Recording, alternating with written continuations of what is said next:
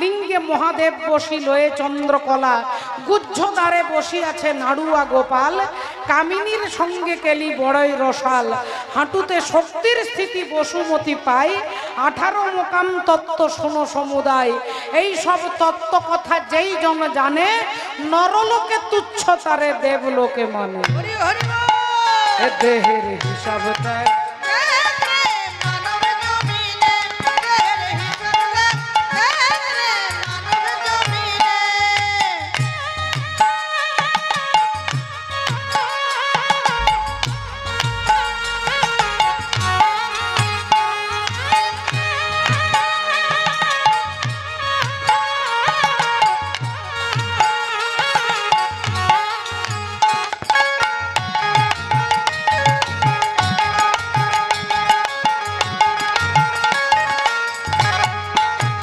গড়েছে 3 কারিগর।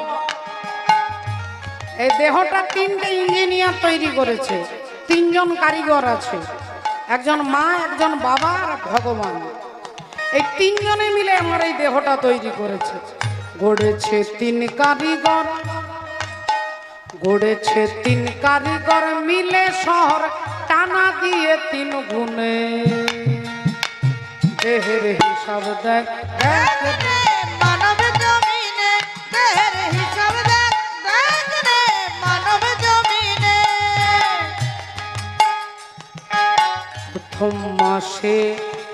প্রথম মাসে রক্ত সনিতময়, আর 2 মাসে খড়কুটা অস্থির উদয়। 2 মাসে খড়কুটা অস্থির উদয়, 2 মাসে খড়কুটা অস্থির উদয়। কিভাবে তৈরি হচ্ছে দেখুন। 3-তে তৃতীয়, ত্রিগুণে তৃতীয় মস্তক জন্মায়। রাধে 4 মাসে চক্ষু কর্ণ হলো প্রায়। দেহের হিসাব দেয়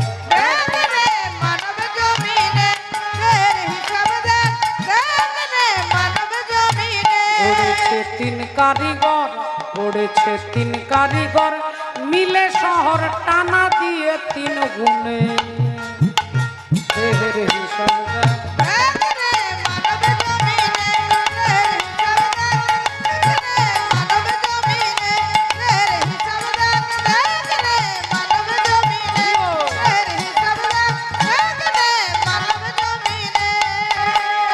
মাননীয় ভক্তমণ্ডলী, ভক্তিমতী মায়েরা, রাজা হরিশ্চন্দ্র হয়ে গেলেন চন্ডালের দাস। মরা পোড়ায় শ্মশানে থাকবে আজ থেকে, আলাদা করে কোনো ঘর হবে না, শ্মশানে থাকবে। শ্মশানের মাটি হবে তোমার ঘর, শ্মশানের মাটি হবে তোমার বিছানা, ওইখানেই থাকবে। রান্না করবে কোথায়? বলে এই যে চিতার আগুনে, একটা মোড়া যেখানে মোড়া পড়ে সেই আগুনে তুমি রান্না করবে, সেই আগুনের রান্নার খাবার তুমি এখানে খাবে। রাজা হরিশ্চন্দ্র শ্মশানেই থাকে, শ্মশানেই মোড়া পোড়াই। বলে দিয়েছেন মালিক, মোড়া যদি কেউ পোড়াতে আসে তার মূল্য না নিয়ে কিন্তু মোড়া পোড়াবে না, মূল্য চাইবে। আর মূল্য যিনি দিতে পারবে না তাহলে তার মোড়া দাহ এখানে করবে না। বলে দিয়ে প্রবীর চন্ডাল চলে গেলেন। রাজা হরিশ্চন্দ্র ঘাটের চন্ডাল হয়ে গেল। আজও আছে, আপনারা কাশীধাম যদি যান, হরিশ্চন্দ্রের ঘাট বলে, যার আরেকটা নাম হচ্ছে মণিকর্ণিকার ঘাট। যারা কাশীধাম গেছেন, বাবা বিশ্বনাথের ধাম, তারা হরিশ্চন্দ্রের ঘাট দর্শন করে এসেছেন। ওখানে এখনো পর্যন্ত মোড়া দাহ করা হয়। সেই জায়গাটাতে অন্তত গেলে একবার প্রণাম করে আসবেন। সত্যবাদী রাজা হরিশ্চন্দ্রের কৃপা পাওয়া যাবে মা। রাজা হরিশ্চন্দ্র, হরি বল রাধে রাধে। ভক্তিমতী মায়েরা একটু চিন্তা করে দেখবেন, মাগো আমরা সুখী হওয়ার জন্য প্রথমেই বলেছি সারাদিন কাজ করি শুধু একটু সুখ পাওয়ার জন্য। সুখী হওয়ার অনেক চাবিকাঠি শাস্ত্র বলে দিয়েছে। তো আপনার বাড়িতে, যাদের যাদের বাড়িতে যদি কোনো গাভী থাকে, গাই থাকে, ওই গাভী মাতা যদি কখনো আনন্দে লাফাতে দেখেন, আপনার বাড়ির উঠোনে লাফাচ্ছে, মাঠে লাফাচ্ছে, আনন্দে লাফাচ্ছে, আপনি দেখলে বুঝতে পারবেন যে আনন্দে লাফাচ্ছে।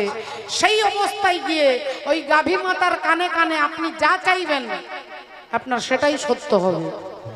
আপনি চাকরি চাইলে চাকরি হবে, সন্তান চাইলে সন্তান হবে, আপনি যা চাইবেন। যেই সময় গাভী মাতা আনন্দে লাফাবে তার কানে কানে গিয়ে শুধু বলবেন যে আমার এটা দরকার। আর যদি কোনো ভাগ্যবান ভাগ্যবতী বলতে পারেন যে আমার কৃষ্ণ ভক্তি দরকার, তাহলে আপনার অন্তরে কৃষ্ণ ভক্তি জাগরিত হবে। হরি হরি বল, হরি বল। রাজা হরিশ্চন্দ্র তিনি শ্মশানে থাকেন, সারাক্ষণ মালিকের কথা মতো কাজ করে, মরা পোড়ায় আর চিতার আগুনে রান্না করে। কুকুরও খাচ্ছে, শৃগালও খাচ্ছে, আর সেই খাবার রাজা হরিশ্চন্দ্র খাচ্ছে। মরার আগুনের তাপে রাজা হরিশ্চন্দ্রের সোনার মতো রংটা তামা হয়ে গেছে। একদিন মরা পোড়াচ্ছেন শ্মশানে, চিতার ওপরে মরাটাকে তুলে দিয়েছে, আর আগুনটা যেই লাগিয়ে দিয়েছে, আগুন লাগার সাথে সাথে দেহের অবস্থাটা কি হয় যারা গেছেন, যারা দেখেছেন তারা বুঝতে পারবেন। মরাটা যখন পুড়ছে, চামড়াগুলো পুড়ে গেছে, এবার হাড় বেরিয়ে গেছে, আর হাড়টা যখন বেরিয়ে গেছে ওই মুন্ডটা খিলখিল করে যেন মনে হচ্ছে হাসছে। রাজা হরিশ্চন্দ্র দেখছে আর মনে মনে ভাবছে, ওগো যে বিয়ে হলে পরে কেউ আর আসে না ফিরে, পড়িয়া রবে শ্মশান ঘাটেতে। সখী তোরা শুনে যা, আমার গোনা দিন বয়ে যায়, সবাই আসিস আমার বিয়েতে। ওই বিয়েরই সাজন তুলসী চন্দন ঘি মাখাবে সারা অঙ্গেতে। সখী তোরা সবে মিলে ধূপ প্রদীপ জ্বালাইয়ে, সখী তোরা সবে মিলে ধূপ প্রদীপ জ্বালাইয়ে, অধিবাস করবি তুলসীর তলাতে। সখী তোরা শুনে যা, গোনা দিন বয়ে যায়, সবাই আসিস আবার বিয়েতে। ওই চিতার উপরে মরা আর মাথার খুলিটা যেমন মনে হচ্ছে হাসছে, রাজা হরিশ্চন্দ্র নিজেকে ধিক্কার দিচ্ছে যে আমার স্ত্রী পুত্রের ভাগ্য তাও ভালো যে তিনি ব্রাহ্মণের দাস হয়েছে, কিন্তু আমার ভাগ্য এমন আমি চণ্ডালের দাস হয়ে গেলাম, চণ্ডালের দাস। এদিকে মা রানী সভ্যা তিনি রান্না করছেন, তার মালকিন শুয়ে আছে পালঙ্কের ওপরে। এমন সময় তার ছেলে গেছে রোহিতাশ্ব বাগানে ফুল তুলতে। এখন বাচ্চা ছেলে সকালবেলায় ফুল তুলতে গেছে, ফুলের বাগান চারিদিকে ছোট ছোট গাছপালায় ভর্তি। রোহিতাশ্ব ফুল তুলতে গেছে, আর ফুল তুলতে তুলতে গভীর জঙ্গলে প্রবেশ করেছে। আর যেই জঙ্গলে প্রবেশ করেছে, শ্রীকৃষ্ণ গোবিন্দ হরে মুরারি, হে নাথ নারায়ণ বাসুদেব। কৃষ্ণ গোবিন্দ হরে মুরারে, হে নাথ নারায়ণ বাসুদেব। কৃষ্ণ গোবিন্দ হরে মুরারে, হে নাথ নারায়ণ বাসুদেব। একমাত্র স্বামী সখা আমারে, একমাত্র স্বামী সখা আমারে, হে নাথ নারায়ণ বাসুদেব।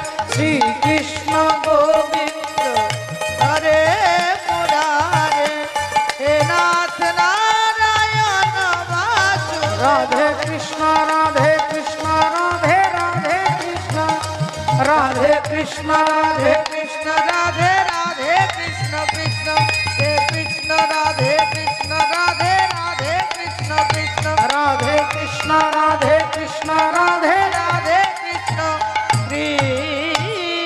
আর ছেলেটা ফুল তুলতে যেই ভেতরে প্রবেশ করেছে এমন একটা কালো সাপ এসে রোহিতাস্যের পায়ের মধ্যে ছোবল মেরেছে, চিৎকার করে উঠেছে মা মা।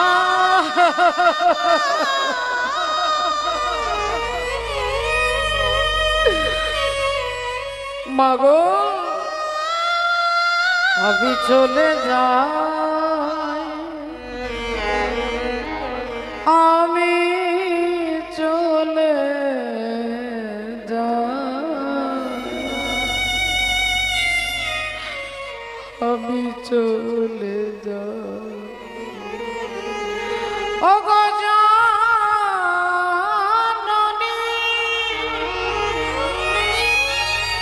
জন্মভূমি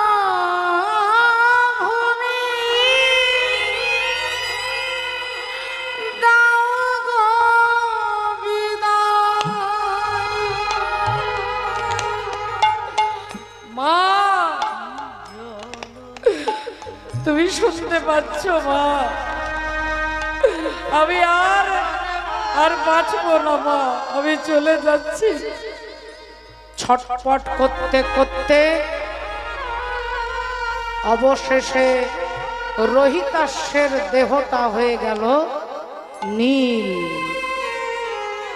বন্ধু বান্ধব যারা সঙ্গে সাথে এক দুজন ছিল তারা ছুটে গিয়ে সভ্যা মহারানীকে গিয়ে খবরটা দিচ্ছে, আপনার ছেলে ফুল তুলতে গিয়ে সর্পদংশন করেছে, আপনার ছেলে ওখানে পড়ে আছে, তাড়াতাড়ি যান।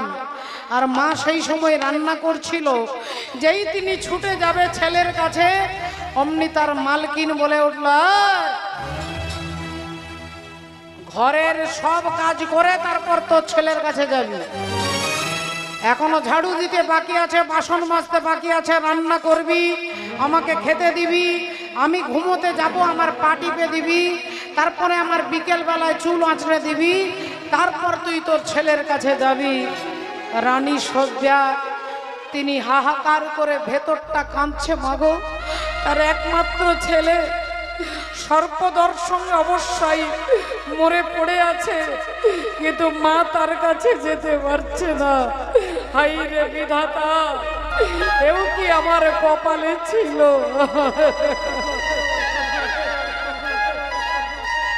রান্না করে খাইয়ে বাসন মেজে ঘর ঝাড়ু দিয়ে সব কাজ যখন শেষ করলেন তখন সন্ধে হয়ে গেছে। ছেলেটাকে সাপে কামড়েছে সকালবেলায় আর মা যাচ্ছে সন্ধেবেলায়। ছেলে মরে পড়ে আছে, মরা ছেলেটাকে রানীমা কোলে তুলে নিয়েছেন আর বললেন, ওরে রোহিতাস্য, আমি তোর মা এসেছি বাবা, আমি তোর হতভাগী মা,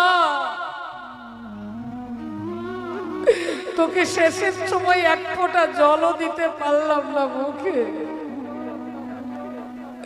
আমি কি করব বল বাবা, আমি তো অসহায়, আমি যে তাদের কাছে দাসী,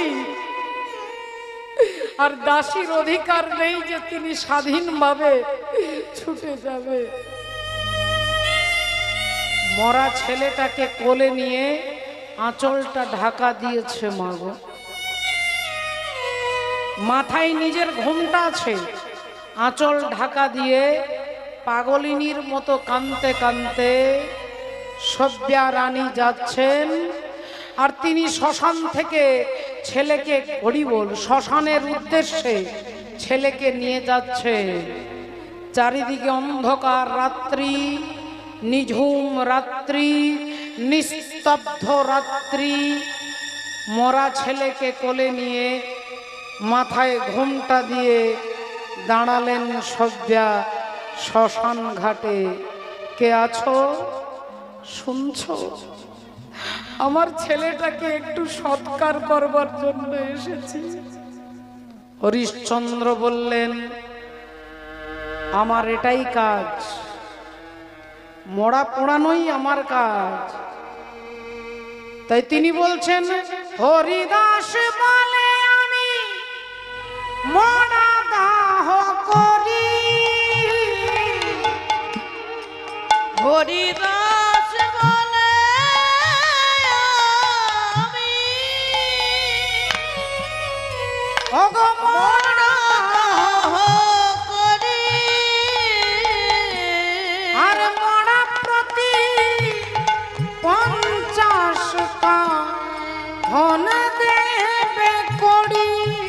আজ মরা পতি পঞ্চাশ কাহন দেবে করি। আজ মরা প্রতি পঞ্চাশ কাহন দেবে করি। মরা দাহ করাই আমার কাজ। এখানে আমি শ্মশানে থাকি, আমার মালিক আমাকে বলে গেছে এখানে বিনে পয়সায় কোনো মরা দাহ করা যাবে না। তাই তুমি আগে করি দাও, তারপরে তোমার মরা দাহ হবে। সভ্যা মহারানী বলে উঠলেন, দেখুন আজ আমার কাছে দেওয়ার মতো কিচ্ছু নেই। আমি অসহায় একজন মা, আমার একমাত্র পুত্র মারা গেছে, আমার কাছে কিচ্ছু নেই। হরিশ্চন্দ্র বললেন, আমাকে মাফ করবেন, তাহলে আপনার মরা দাহ আমি করতে পারবো না, কারণ আমার মালিক আমাকে আদেশ করেছে বিনে পয়সায় মরা দাহ হবে না, আপনি এখান থেকে চলে যান। রানী সভ্যা বললেন, আমি চলে যাব? তুমি কি এত নিষ্ঠুর, তুমি কি এত নির্দয়, নাকি শ্মশান ঘাটে থাকতে থাকতে তুমি কি পাথর হয়ে গেছো? রাজা হরিশ্চন্দ্র বললেন, আমার কিছু করার নেই, আমার মালিক আমাকে এখানে পয়সা না নিলে দাহ করতে নিষেধ করে গেছে, আর মালিকের বিরুদ্ধে আমি হাঁটতে পারবো না, আপনি ফিরে যান। রানী সভ্যা বললেন, তাহলে আমার পুত্রকে এখানে দাহ হবে না? আগে না। কাঁদতে কাঁদতে সভ্যার মুখ দিয়ে বেরিয়ে যাচ্ছে, ওরে ওরে পুত্র মোর, তুই নাকি অযোধ্যার রাজা হবি? তোর বাবা নাকি রাজা হরিশ্চন্দ্র, আর সেই হরিশ্চন্দ্রের পুত্র তুই। আজ তোর এমন ভাগ্য যে শ্মশানের চণ্ডাল তোকে সৎকার করতে চাইছে না। হরি হরি বল, হরি বল। তোকে শ্মশানের চণ্ডাল দাহ করতে চাইছে না। আর আমি সেই হতভাগা নারী, আমি সেই তোর মা, যে মরা পুত্রকে কোলে নিয়ে শ্মশান ঘাটে দাঁড়িয়ে আছে। মরা পুত্রকে নিয়ে তোর বাবা নাকি হরিশ্চন্দ্র, তুই কি ভাগ্য করেছিস? এই কথা যেই বলছে, ছোট ছোট করে বলছে, কিন্তু বাতাসে সেই কথাটা হরিশ্চন্দ্রের কানে প্রবেশ করিয়েছে। হরিশ্চন্দ্র চমকে উঠলেন, কে কে কে কে কে? অমনি বাতাসে সভ্যা মহারানীর ঘোমটাটা উঠে গেছে, আর অমনি যেই দেখেছে অমনি বলে উঠলেন, সভ্যা। সভ্যা বললেন, আপনি? আমি তোমার স্বামী হরিশ্চন্দ্র। বলেই দুজনে মাটিতে আছাড় দিয়ে কাঁদছে আর বলছে, মহারাজ, আমাদের একমাত্র পুত্র রোহিতাশ্ব চলে গেছে মহারাজ, একমাত্র পুত্র চিরকালের মতো চলে গেছে।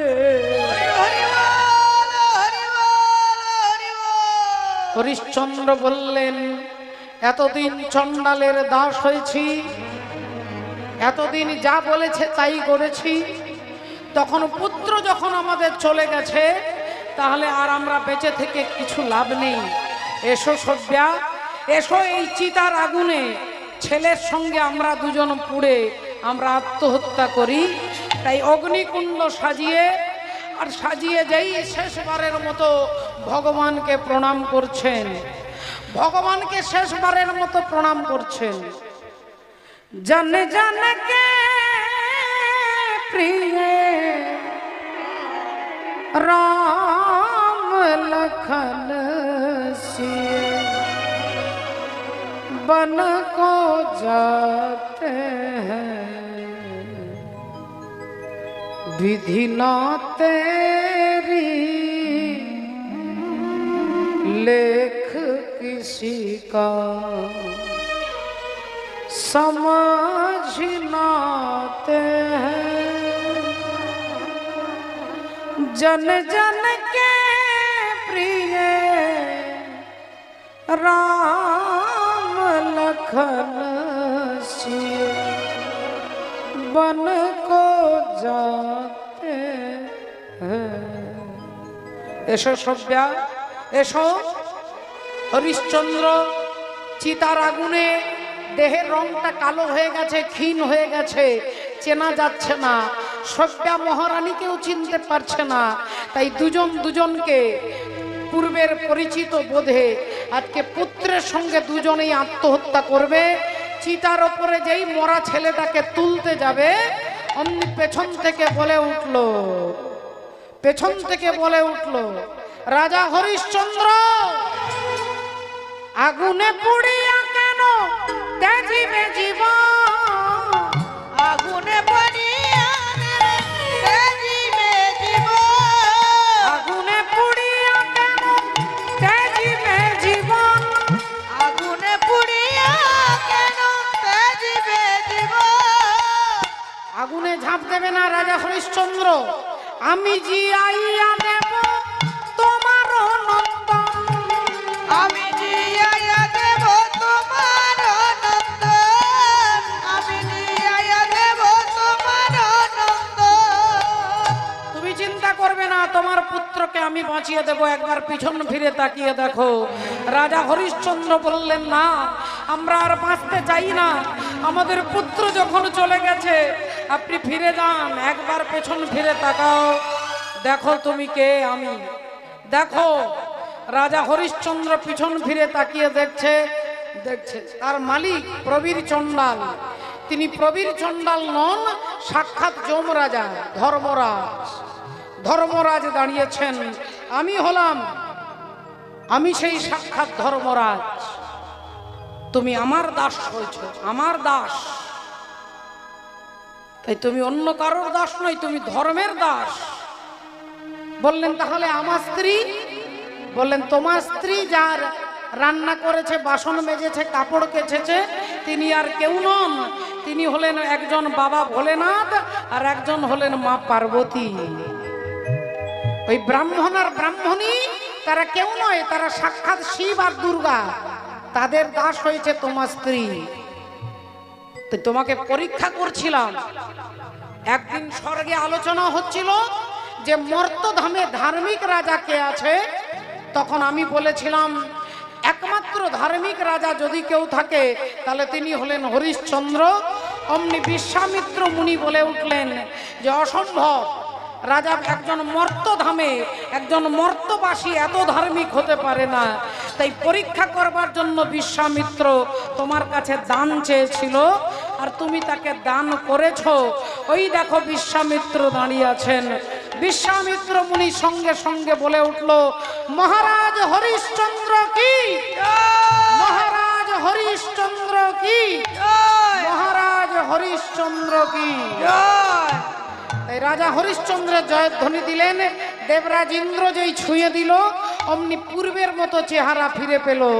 মরা ছেলেটা বেঁচে উঠল, আর রানী সভ্যা পূর্বের মতো সুন্দর রানীর বেশে রাজার কাছে দাঁড়ালেন। রাজাকে বললেন, বলো তুমি কি চাও।